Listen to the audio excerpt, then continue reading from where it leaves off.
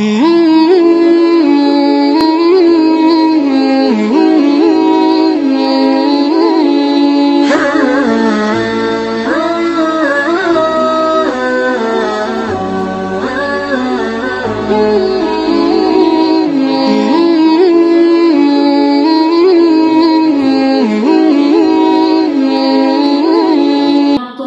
Agama Kabupaten Pangkep yang kami hormati sekaligus kami muliakan,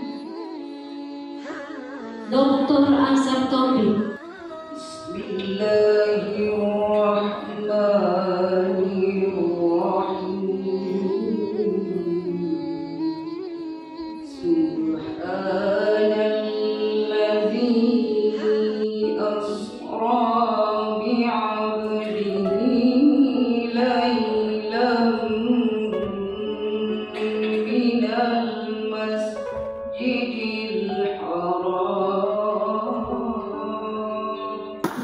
Bismillahirrahmanirrahim. Assalamualaikum warahmatullahi wabarakatuh. Waalaikumsalam warahmatullahi wabarakatuh. Kurang semangat nih kurasa. Subhanallazi asra bi'abdihi lailan minal masjidil haram ilal masjidil aqsa. Asyhadu an la ilaha illallah wa asyhadu anna Muhammadar Rasulullah. Allahumma salli ala sayyidina Muhammad, amma ba'd. Tentu mengawali tausiah kita siang hari ini, hadir di tengah-tengah kita yang sama-sama kita banggakan, kita muliakan Bapak Kepala Kantor Kementerian Agama beserta dengan Ibu Ketua Tim PKK Persatuan, mohon maaf Ibu Dharma Wanita, serta seluruh jajarannya juga hadir di tengah-tengah kita. Mohon maaf tadi juga dapat informasi yang tidak seragam pakaiannya. Ingat-ingat pesannya Pak Kandep deh. Semoga kehadiran tak semua di tempat ini senantiasa bernilai ibadah di sisi Allah Subhanahu wa taala. Amin ya rabbal alamin. Mungkin tidak ada salahnya kita mengirimkan bacaan Al-Fatihah untuk saudara kita yang sudah disampaikan tadi kondisinya, mereka yang sudah meninggalkan kita semua, yang sementara hari ini berjuang untuk mendapatkan apa yang menjadi haknya saudara kita di Palestina.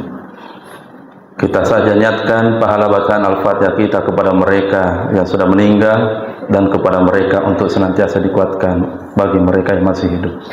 Ila hazihi niyah Al-Fatihah.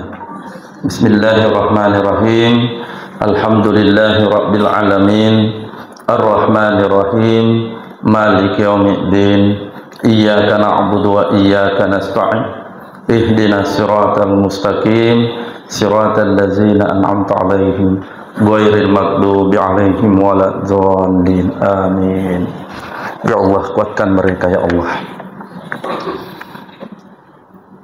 Saya mau kita supaya semakin berkah pengajian atau takliknya dengan sama-sama bersalawat dengan membaca salawat badar.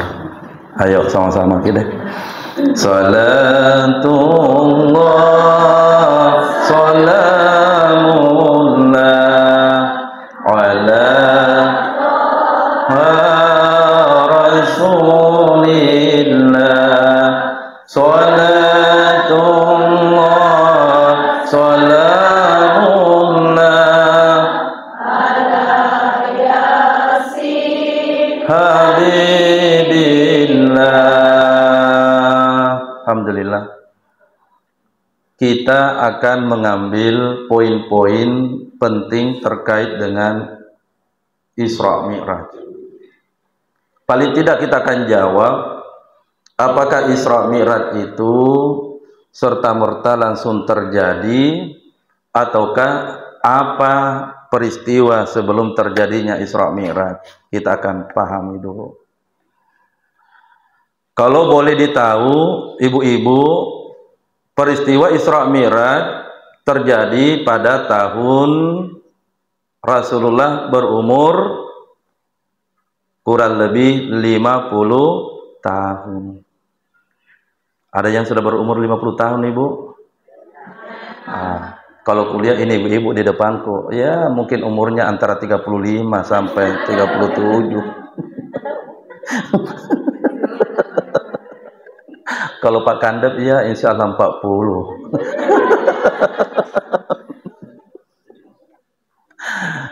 Yang melatar belakangi sebelum terjadinya Isra Mi'raj, ada dua peristiwa penting yang tercatat dalam sejarah.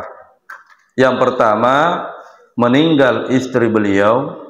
Yang kedua, meninggal paman beliau dalam waktu yang hampir bersamaan. Makanya peristiwa terjadinya dikatakan Amul Huzni, ataukah tahun kesedihan. Meninggal itu biasa, tapi yang luar biasa membuat Rasulullah terasa sangat berat, karena yang meninggal itu dua makhluk Allah yang sangat berjasa dalam penegakan syariat Islam. Siapa yang tidak kenal istrinya Rasulullah yang bernama Khadijah? Dia adalah wanita yang sangat dimuliakan, yang sangat tinggi akhlaknya. Orang kaya tapi tidak sambung dulu. Orang kaya tapi tidak masuk nastas. Kenapa diulangi? Kada tuh memang di situ. Kaya tapi tidak ada jadi sini, Bu. Tidak ada jadi, tidak ada di sana aja ada. Dia adalah orang yang sangat kaya raya tapi sangat baik sifatnya. Ketika ada orang yang berjalan di hadapan Rasulullah ataukah di depan rumahnya, ia pun memanggil, wahai sahabatku, singgah dulu di rumahku. Ada apa ya istrinya Rasulullah? Singgah maki dulu, ada je makanan di dalam rumah. Nikmati dulu makanan. Sudah makan, wahai istrinya ya Rasulullah, kalau sudah maki makan, bawa empaing itu makanan tak, bawakan anak tak. Masya Allah, orang kaya tapi tidak Adakah orang kaya tapi seke?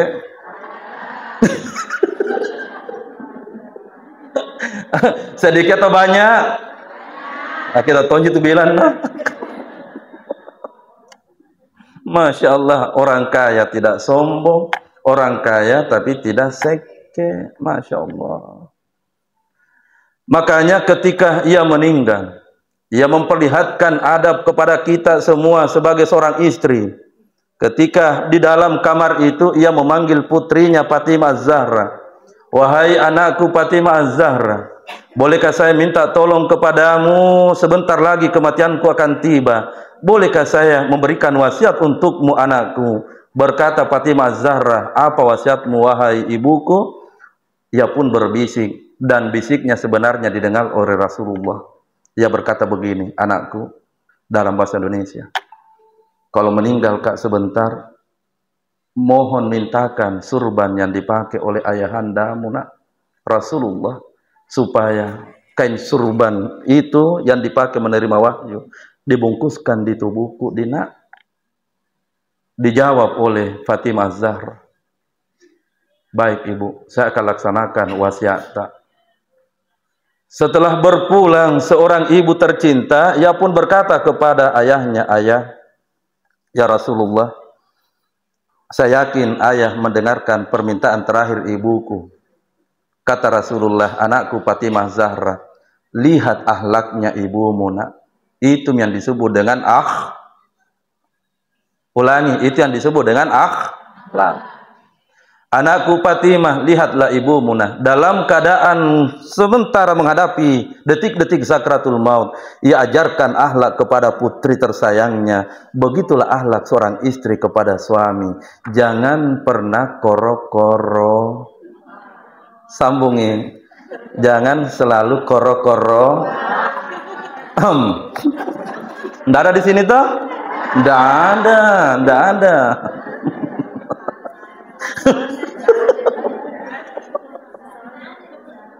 Halo Bu, nggak ada toh? Orang kalau koro-koroangi selalu koro-koroang, maka cepat putus orang-orang itu.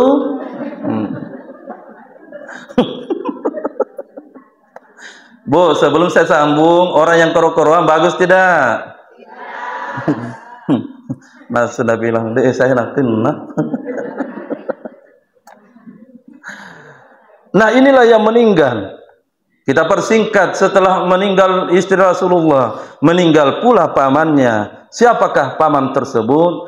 Dia adalah seorang paman yang sebagai bulus menjadi seorang pengganti ayah, karena ayah telah tiada di saat Rasulullah masih dalam kandungan. Siapakah namanya? Abdul Muttalib, ayah dari Ali bin Abi Thalib, saudara ayahnya Rasulullah Abdullah. Kedua orang inilah yang meninggal dalam waktu hampir bersamaan.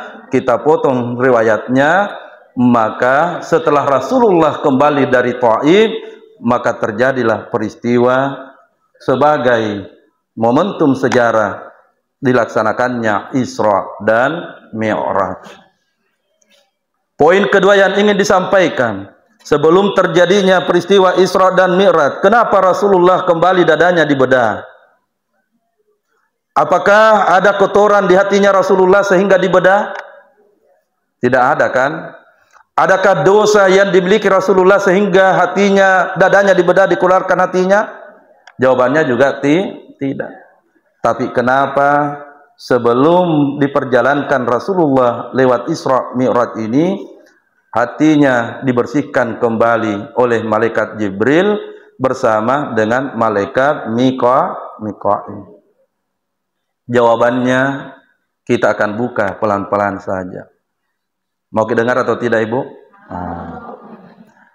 Makna yang tersirat dari dibelah dada dan dibuka hatinya Rasulullah tiada lain dan tiada bukan, ketika engkau ingin menghadap kepada Allah untuk pesan kepada kita semua, maka bersihkan diri tak lahir dan batin. Kita berikan ilustrasi. Kalau ibu dan saya sholat asar sebentar, ternyata talku yang dipakai itu kena najis, walaupun kencingnya hanya sedikit mengenai pakaian. Walaupun saya pakai baju ini lalu terkena air kencing, walaupun hanya sedikit saja yang saya pakai untuk sholat sebentar di waktu asar, diterima tidak sholatnya? Padahal sembahyang, kan? Diterima atau tidak? Tidak diterima. Itu secara umum. Tapi makna secara hakiki dari dibersihkannya hati itu tiada lain dan tiada bukan, tersirat dari hadisnya Nabi, inna fil jasadi mudghah, pada diri manusia ada segumpal daging. Apabila daging itu baik dan sehat, sholahat jasadu kullu, maka baiklah seluruh anggota tubuhnya.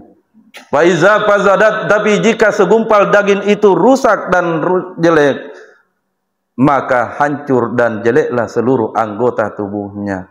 Apakah itu? Wa huwa al-qalbu, yang namanya hati. Menurut Imam Al-Ghazali, penyakit hati itu mesti kita bersihkan, karena menurut dokter tak mampu yang membersihkan penyakit-penyakit itu. Ibu-ibu tahu kan penyakit hati itu apa, Ibu? Ayo, sebut dulu satu persatu. Satu penyakit hati yang paling bahaya, di mana Allah benci, adalah yang disebut dengan al-kibru, kesombongan. Kita sholat Allahu Akbar, tapi sombongnya luar biasa. Allah terima tidak? Sampai-sampai Allah saking tidak senangnya dengan orang yang sombong, ada dalam Al-Quran, innallaha la yuhibbul mustakbirin. Allah tidak pernah senang, Allah tidak pernah memandangmu jika pada dirimu ada kesombongan.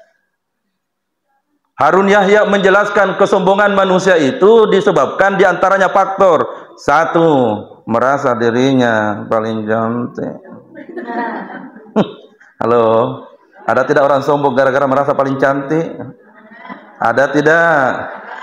Cantik, mangki Bu. Cantik itu kalau umur tak baru 40 tahun, masih cantik. Naik 50 tahun masih oke lah. Tapi kalau naik 65 tahun masih cantik atau tidak? Sambungi, masih cantik atau tidak? Nah, biar bedak pipa nomor 7 dipakai hilang nih. Makanya santai makin. Yang ada jabatannya mengambil hikmah dari pelajaran-pelajaran ini, bahwa semua yang ada pada kita bahasa Bugisnya rai nih. Betul-betul. Rai. Harta itu hanya rai bahasa Bugisnya. Pakaian itu juga hanyalah rai. Jabatan juga sama. Suami juga sama. Meninggal nanti tidak ada yang dimiliki, melainkan amal ibadah. Syukur-syukur ibu kalau meninggal kena menangis di suami tak nanti. Bu, tanya ke Beden sebentar, suami saya bilang kalau menangis kak papa, kira-kira meninggal kak papa menangis ke? Ada suami tidak menangis satunya meninggal istrinya. Ada temanku bercerita, ibu di tidak menyebut nama. Jadi saya tanya, kenapa tidak menangis ki? Dia bilang, tidak bisa keluar air mataku. Saya bilang, ada pison di mobil situ, kasih balsem matamu. Dia bilang, biar kapan aku kasih balsem 2 botol tidak bisa keluar air mataku, Ustaz. Saya bilang, kenapa memang tidak bisa keluar air matamu? Dia bilang, bagaimana mau keluar air mataku na istriku? Belum pita tintong itu ATM na tahu nih. Belum keluar tukingku na tahu nih, Ustaz. Terus apalagi? Dia bilang, yang paling sakit hatiku, Ustaz, selalu karena marah-marah di rumah aku. Bu, yang biasa marah-marah suaminya, pulang ki minta maaf ki, Dik. Halo, pulang ki minta maaf ki, Bu, Dik. Itu tidak mau bilang.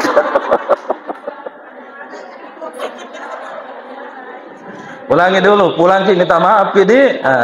Kan beliau tadi sampaikan kepala kantor bahwa ada hikmah pasti kita pulang. Pulang ke sebentar langsung minta maaf, ambil tangannya suami, tak gandeng tangannya dengan mesra, lalu berkata ki papa. Udah. Ambil tangan kanannya, lalu kasih duduk di kursi tamu ta. Setelah ia duduk, jongkok lagi sebentar, baru berkata, maafkan istrimu kakanda, lahir dan batin sadar mak tidak mau mak koro-koro. Ambil tangannya suami. Bu. Suami itu akan bahagia jika diambil tangannya lalu dicium dengan ciuman yang mesra. Boleh tidak saya praktekkan? Cium tangannya suami tak begini, hey, mau maaf kalau lahir dan batin.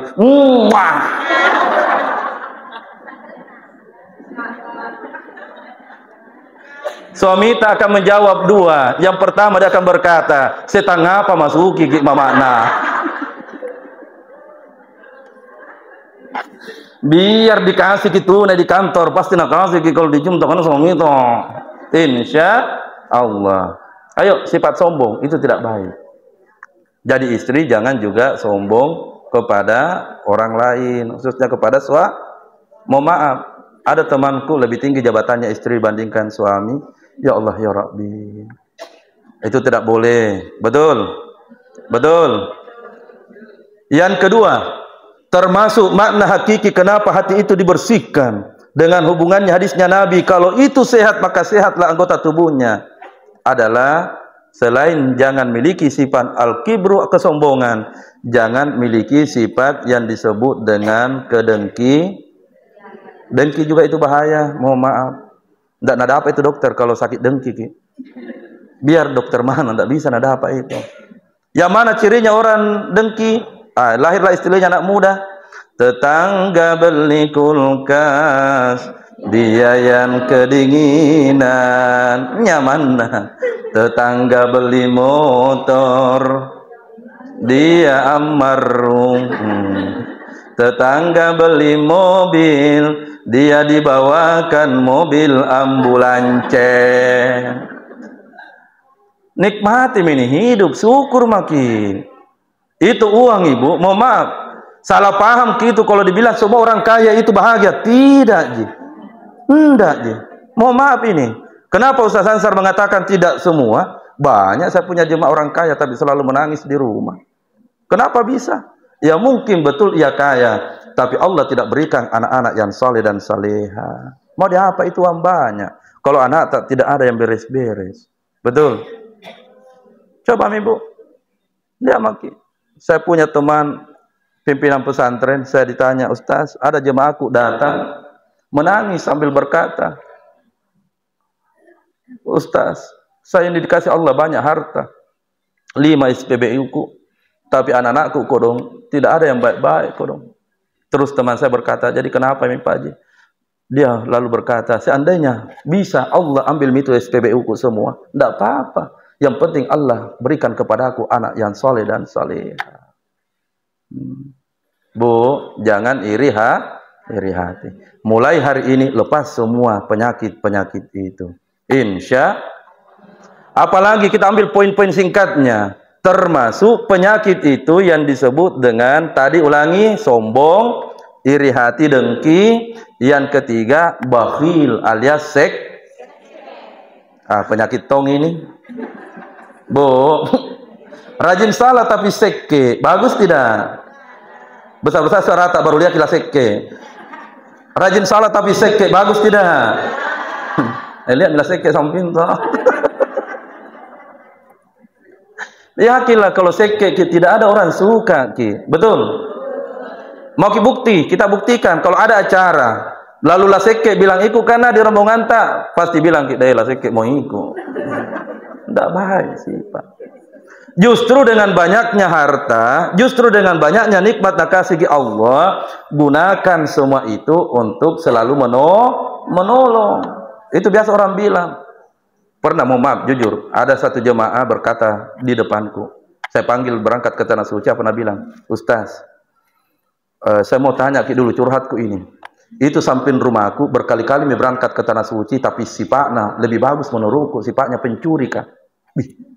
Saya bilang, masuk nah. Dia bilang, kita ingin bayangkan Ustaz, haji setiap tahun berangkat ke Tanah Suci, tapi sifatnya lebih baik, kurasa pencuri kasih sifatnya Ustaz. Apa itu maksudnya? Apa maksudnya kira-kira? Kalau kita tahu sambung deh. Maksudnya tiada lain dan tiada bukan, karena memang hati belum dibersihkan. Mohon maaf, bersihkan. Sikat bahil itu juga penyakit. Maka bersihkan mulai hari ini, buang di tengah jalan, la kikir, kutinggalkan engkau di halaman kantor ini. Maka saya tidak mau lagi kikir. Insya Allah. Quran namanya insya Allah. Insya. Ayo kita bersalawat kepada Nabi kembali. Sallallahu ala Muhammad. Sallallahu alaihi wasallam. Sallallahu ala Muhammad. Sallallahu alaihi wasallam. Sambung sedikit. Ya Nabi,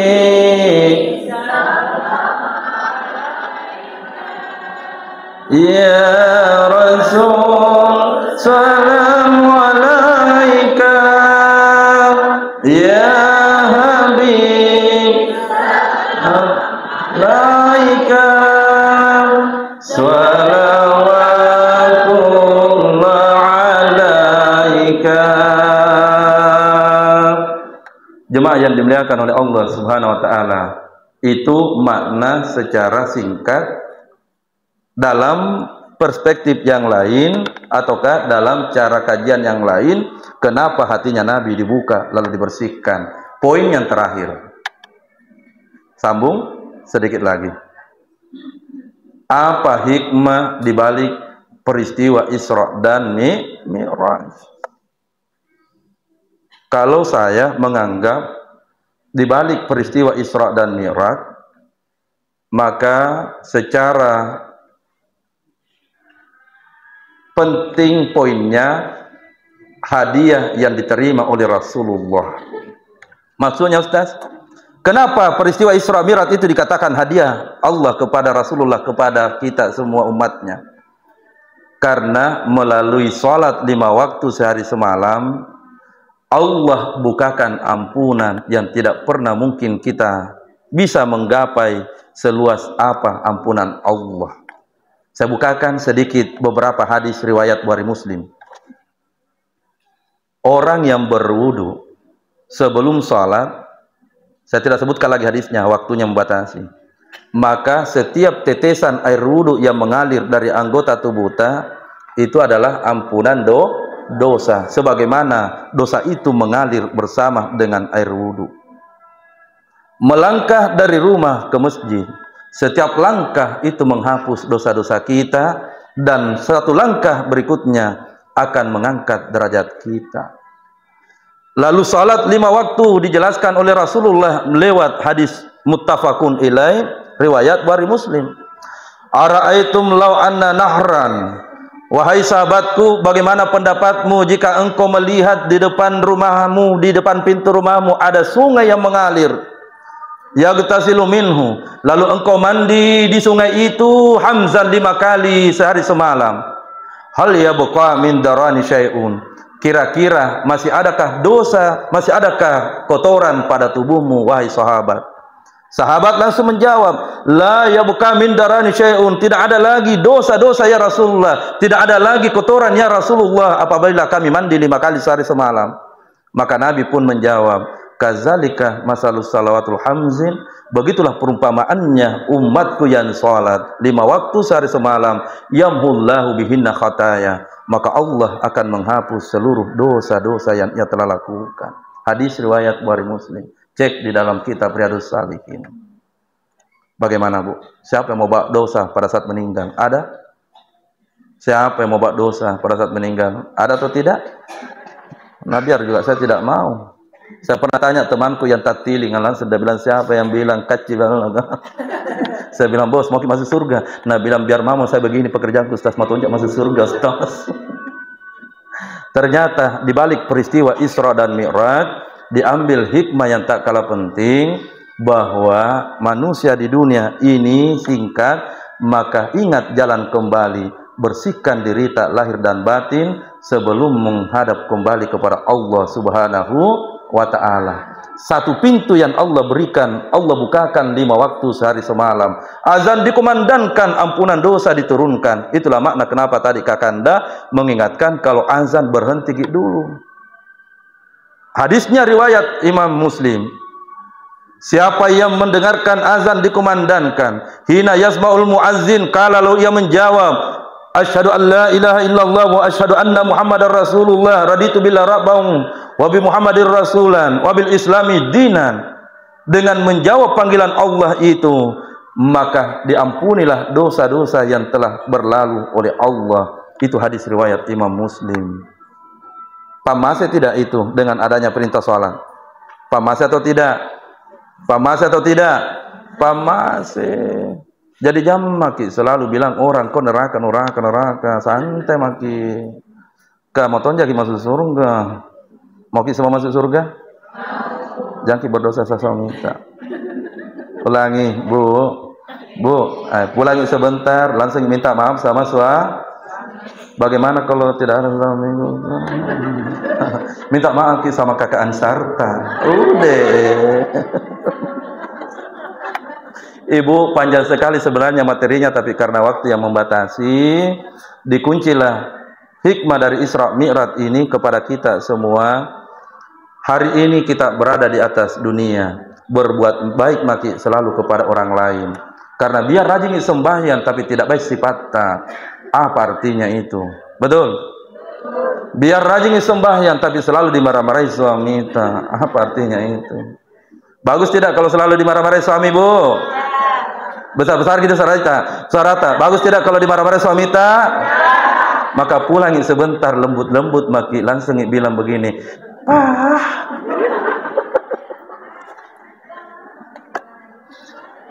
Maka orang yang sudah rajin salat, maka sudah hilang sifat sudah hilang sifat sudah hilang sifat mangoa, sudah hilang semua sifat-sifat penyakit hatinya, karena ia tahu makna dari Isra Mi'raj ini sebenarnya ingin memberikan kepada kita perintah, sekaligus sebenarnya itu adalah rahmat supaya diampuni dosa-dosa kita. Semoga kita beruntung Allah panggil kita sebagaimana firman-Nya, Summa man atallah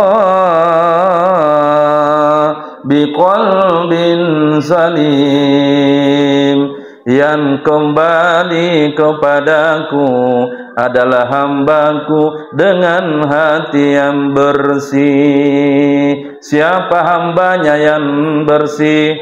Sudah dijauhkan dari sakit-sakit hati, penyakit-penyakit dunia yang melanda kita semua.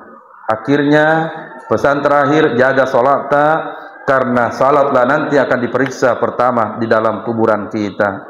Tidak ditanya ki nanti jabatan tidak ditanya ki nanti harta yang lain, tapi mesti salat dulu diperbaiki. Ibu, jadi mulai hari ini kalau azan dikumandangkan langsung pergi sholat, ya pulang ki langsung berubah, insyaallah menjadi baik. Itulah yang disebut dengan temanya di atas, kecerdasan spiritual keluarga. Baiknya mama itu dilihat kalau istri patuh sama suami, anak-anak menjadi anak-anak yang soleha, dan suami tak nak kasih zomogi juga wana nanti. Maaf ini kakanda. Adakah suami biasa tidak nak kasih istrinya? Tidak jitahuan. Apalagi suami tak tahu, tidak jita? Tidak jita? Tapi kalau ada begitu, apa dibaca? Bacakan Surah Yasin di malam Jumat. Begitu dapat ayat terakhir, ada di situ sebelum satu ayat terakhir, kun fayakun, baca 40 kali di sampingnya pada saat tidur. Baru langsung dibilang, ya Allah, mudah-mudahan ini suamiku tidak minacokoi wana ya Allah. Opwe.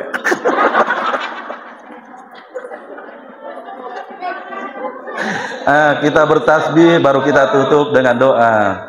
Subhanallah walhamdulillah wa la ilaha illallah wa la haula illa billahil aliyyil azim. Satu kali.